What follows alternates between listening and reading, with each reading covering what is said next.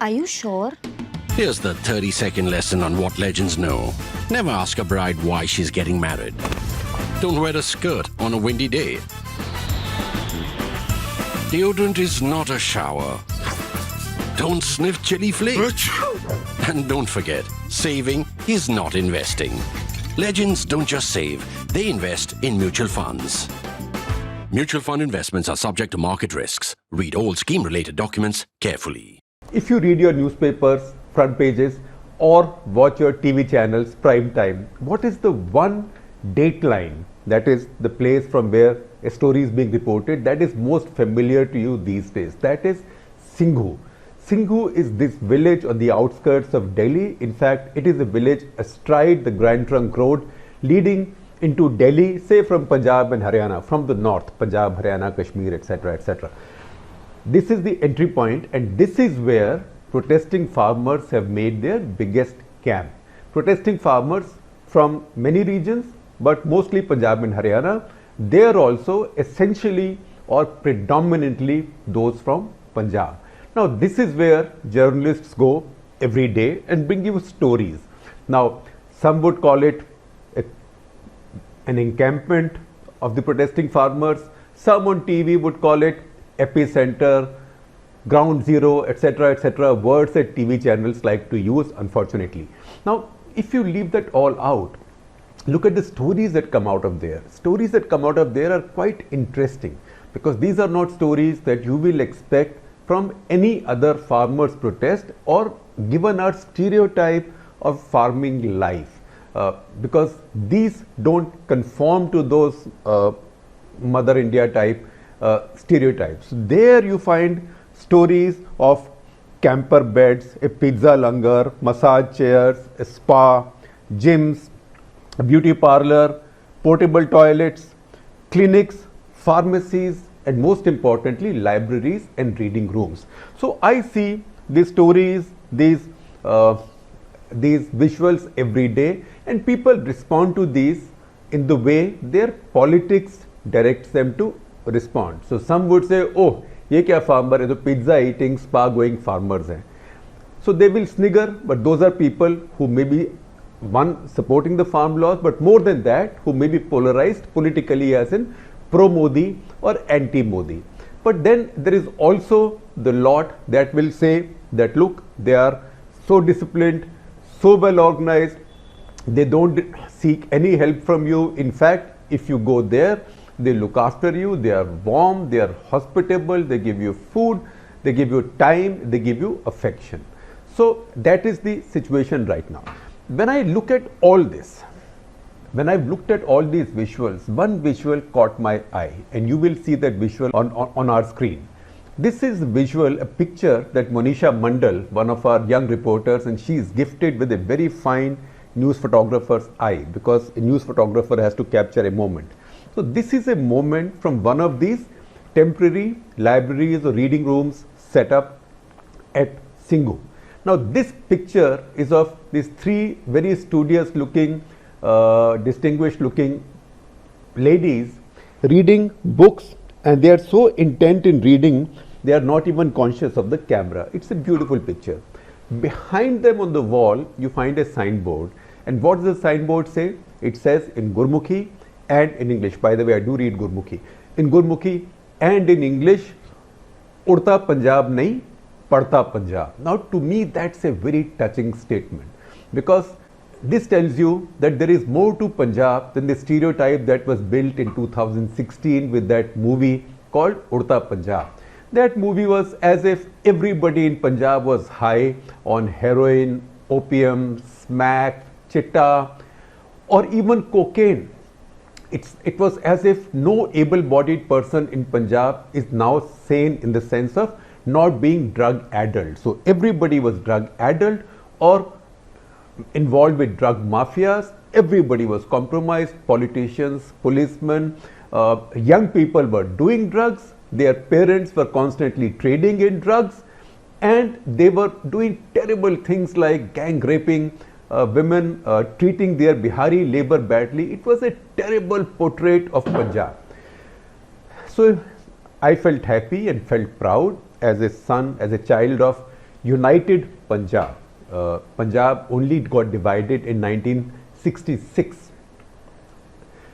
into Haryana, Punjab and Himachal Pradesh. I felt happy that now at least some people are showing this self-respect to say that we were not Urta Punjab.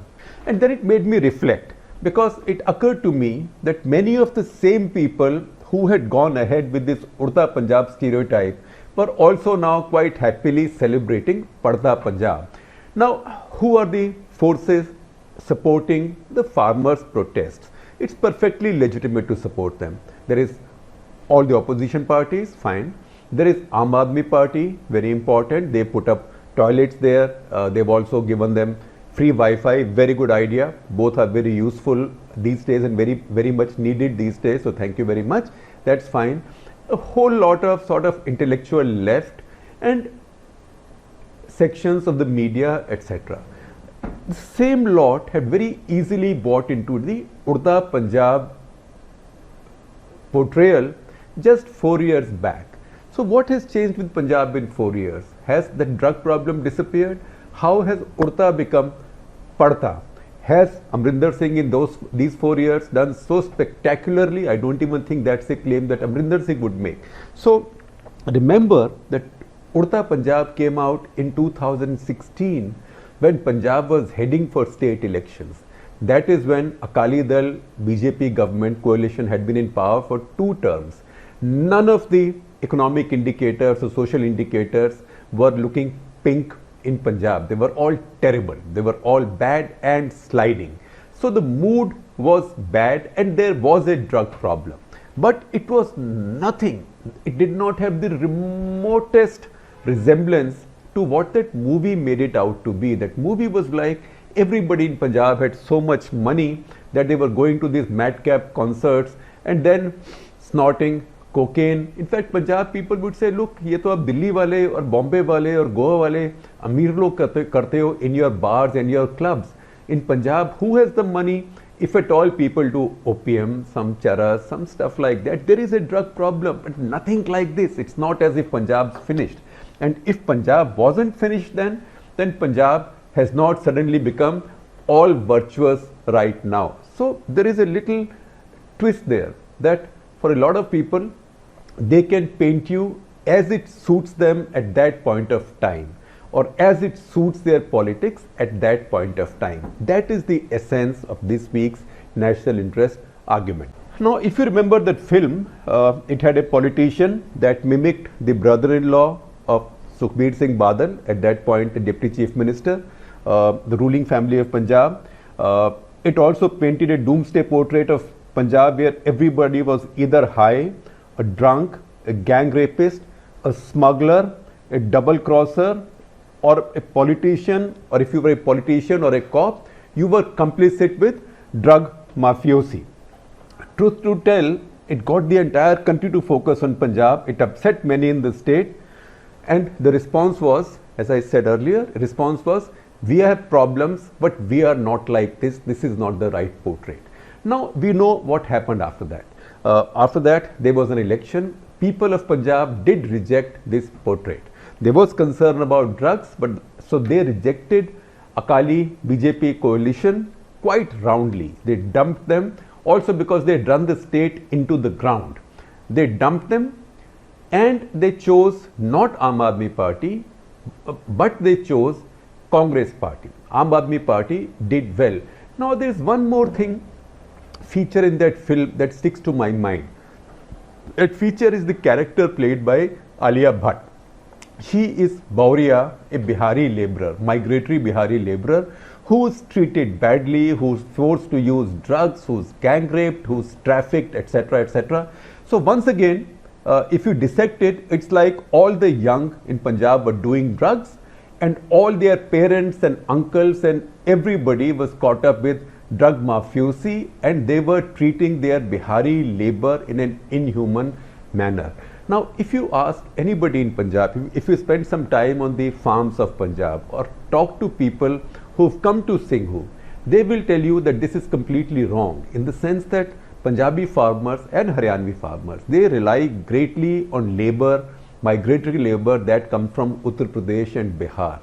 the last thing they will do is treat them badly. In fact, they look after them to the extent that in Punjab we have instances where villagers, Punjabi villagers, remember this is the area which had complete exchange of populations between Hindu Sikhs on one side and Muslims on the other. Even there they built mosques and they look after those mosques so that Muslims among their migratory labor don't feel lost. Even when the lockdown happened, Punjab and Haryana farmers really looked after their migratory labor. They made sure they were always fed. They made sure they were not put to any harm or danger or of fear. So they were, in fact, Punjab and Haryana farmers treated their migratory laborers much better than much richer industrialists and other employers in Delhi, Mumbai, Bangalore, Chennai, Kolkata, etc. did. So also as people who exploit this cheap, poor labor, that was not correct. So this signboard, as I saw it, that was a Punjabi statement to say, we are not what you painted us to be. There is a serious side to us. That is the predominant side to us. We have aberrations, but this is not it. We are neither how you portrayed us in that film and generally a stereotype of a drug-addled border state, nor are we what you portray us in your Bhangra pop stuff, because we are not doing Bhangra pop only all the time. We are hardworking people. We also read. So this is now an interesting and important statement. In fact, if you go and talk to these farmers, if you're a journalist, you go to them and they look after you, they give you warmth, hospitality, food. They let you take your selfie videos while eating their langar. Every journalist who goes there does something like that, from senior most to the youngest. They are treated with respect and generosity. If you ask any of those farmers that do you treat your migratory labor badly, they will give you a reply that will be something like, are you mad? Are you nuts? Have you lost your mind? They are valuable to us. वो हमारे हैं, हम उनका ध्यान रखते हैं. And the fact is that they actually do it, they do look after them quite well.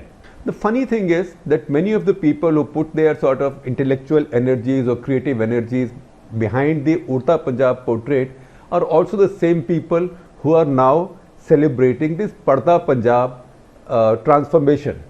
Remember Diljit Dosanjh. He gave the voice, the music, the verse, a character to the film Parta Punjab. He today is a very vocal supporter of the farm protests. So I have no view on him. He's a creative person. I'm just talking of a portrayal of a state, a region and its people and what the implications are. Now, which will bring us to the more substantive part of the argument. Now, it's true that Punjabis have their apprehensions, their concerns, their distrust on the farm bills. A lot of the farmers do, more in Punjab and Haryana, because Punjab, Haryana and Madhya Pradesh and to some extent Maharashtra are states which benefit from minimum support price regime. So there are those concerns and those are legitimate concerns, but also in Punjab, right since the days of Emperor Jahangir, there is also a strong mindset of defiance of Delhi Darbar. Emperor Jahangir, we know, had executed Guru Arjan Dev, the fifth Guru of the Sikhs, at Chandni Chowk where Gurdwara Seesganj stands now. Since then, there have been many wars, battles, protests coming right up to the 21st century that have been seen as Punjab's defiance of Delhi Darbar. In the mid-19th century, the Punjabis, Sikhs essentially, fought a series of battles against the British, very bitter, vicious battles where they fought heroically, called the Three Anglo-Sikh Wars. That also was a battle against the Delhi Darbar. And after that, the Gurdwara movement, many other movements, all took place like that, including the campaign against the emergency. In fact, Punjab over the decades has been India's most federalist state. So the Anandpur Sahib resolution that the Akali Dal passed, I think in 1974 at Anandpur Sahib on Baisakhi Day at the Gurdwara, that demanded a federal structure which today would be described as Article 370+++. That led to bad consequences because central government was not going to give it. So it again became Punjab versus the center, Punjab versus Delhi. It went on, it went out of control. Bhindranwale rose, Bhindranwale then disappeared, then other people rose. In that period between 1981 to 1993, Punjab lost several tens of thousands of lives. But at the same time, a lot of Punjab's entrepreneurship, capital and talent also left the state. That's how Ludhiana, which was among the few cities in India described at various points of time as Manchester of the East, lost its entrepreneurial energy. So the best entrepreneurial families from Ludhiana almost fully shifted to Delhi, and this is not just Hindus like say Mittals and Munjals and the rest, it is also many of the Sikh families. Now what happened as a result was that economic reform of 1991 and the industrial boom, industrial and services boom that it generated left Punjab completely behind. Punjab was not able to make use of it at all. So Punjab was condemned or left to be a purely agrarian state. That lasted for some time because it was sort of an assured return, low return but assured return for your work. But soon enough other states were catching up with Punjab. So by 2002-2003, until now Punjab always had the comfort that bhai jo bhi ho, we are the richest state in India by way of per capita income. Now 2002-2003 was the last year unfortunately when Punjab had the highest per capita income in the country. That is 17-18 years back. That is when by that time other states have begun to catch up with Punjab because they had taken advantage of the post 1991 entrepreneurial boom. So a state which was number one in India forever until 2002-2003 is now, hold your breath, number 13 in India. So you might say Goa is a small state, but Punjab is about 1/3 of Goa's per capita income, and Punjab may take pride in being 3.5 times richer than Bihar in terms of per capita income, but it's 1/3 of Goa. Not just that, even Haryana, which inherited none of Punjab's river waters, which inherited the driest part of the old united Punjab, is today much richer than Punjab. It's almost more than 50%. It has a 50% plus lead over Punjab in per capita incomes. Himachal, again a state came out of Punjab, is richer than Punjab. Maharashtra is way ahead of Punjab. I will count for you the states that are ahead of Punjab now in per capita income. Goa, Sikkim, Delhi, Chandigarh, Haryana, Karnataka. You might say some of these are small states. Haryana, Karnataka, Telangana, Kerala, Uttarakhand, Gujarat, Tamil Nadu, Maharashtra, Himachal Pradesh. So number 13 comes Punjab. So 1 to 13 in 17 years. Somebody has to reflect on why this has happened and why something has to be done about it. Now even if you look at just agriculture, and I will show you a couple of graphics, even if you look at just agricultural growth, so Punjab, and you might say Punjab is an agrarian state, they put the food on our plates, roti chawal, fine, good idea. But how is farming growing in Punjab? In the existing regime, without the new laws, between 2004-05 and 2019, in the 15 years, Punjab's agriculture has grown by exactly 2% on an average, exactly 2%. I know that people in Punjab get upset when I compare this with Bihar, but Bihar on the other hand in the same period has grown by 4.8%. These are authentic figures, 4.8%, and look at some other states. Haryana, which came out of Punjab, is 3.8%. This is farm growth, agricultural growth, and Haryana is about twice as much as Punjab. Even Himachal is 2.3%, more than Punjab. Uttar Pradesh is 2.9%. And then you come to states like say Maharashtra, which are predominantly an agricultural states. Even that state, and we are only looking at agricultural growth, it's already richer than Punjab, about 25% richer than Punjab, and yet its agricultural growth is about 3.6% averaging over these 15 years. So even in the area of farming, Punjab is now getting left behind. So this data, whichever way you look at it, tells you a harsher story. It's not urda, parda. It is not defined in 2 words or maybe 1 adjective. This is a complex story. Punjab has got left behind because it got stuck with only farming. Punjab's farmers have capital. Punjab's farmers' capital is their land. Must they be only farming on that land? I would like to see a protest in Punjab or an agitation in Punjab demanding freedom for the farmers to use their land. See the way even Haryana has done it. Haryana now allows its farmers, especially close to the highways, and they benefit greatly from it, to rent their land for making godowns. Now Delhi is a big place. A lot of the goods that Amazon and Flipkart and whoever else delivers to you has to be stored in godowns around Delhi. So Haryana has now built quite an economy in logistics and godowns, and farmers have benefited from it. So farmers in Punjab should be asking not just for the endless continuation of MSP. MSP will continue and should continue for the foreseeable future, but that itself is not working for Punjab, because that itself is now leading to a situation where Punjab has fallen behind and it's being left further and further behind by the more progressive states. So Punjab needs to rediscover its entrepreneurial impulse. Punjabi farmers have to make better use of their land and their sense of enterprise. If they can go to Canada and UK, etc., and do entrepreneurial stuff, why can't they do it in their own state? So that is where the state needs to go. Otherwise, we know that MSP subsidies will continue for many years and should continue for many years. I have no difference with that. But it's for the people of Punjab to decide that do they want to be doing only that for all their lives?